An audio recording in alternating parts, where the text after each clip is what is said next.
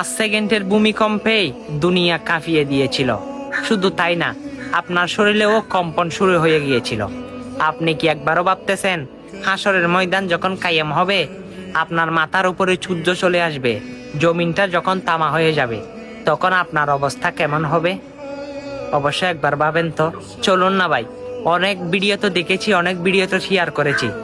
আজকে না হয় আল্লাহর ওই কঠিন হাসরের দিনে তীব্র গরম থেকে কিভাবে আল্লাহর দরবারে রেহাই পাবো, সেই রেহাই থেকে মুক্তি পাবো, সেই দোয়াটি শিখে নি। তাহলে দোয়াটি পড়ি, আল্লাহুম্মা আজিরিনি মিন হারি ইয়ৌমিল কিয়ামা। হ্যাঁ, এই বার্তাটা তো শুনেছেন, দোয়াটা বেশি বেশি পড়েন। হে আল্লাহ, আমাকে কঠিন হাসরের দিনে তীব্র গরম থেকে রেহাই দান করুন। আর ভিডিওটা তো দেখেছেন, নাচ গান তো অনেক শেয়ার করেন। না হয় আজকে ভিডিওটা শেয়ার করে সকল মানুষকে দেখিয়ে দেন, তারা যেন হাসরের ময়দানের ভয় করে। আল্লাহ সবাইকে হেদায়েত দান করুক আর বড় ধরনের কোনো মুসিবত থেকে হেফাজত করুক। আমিন।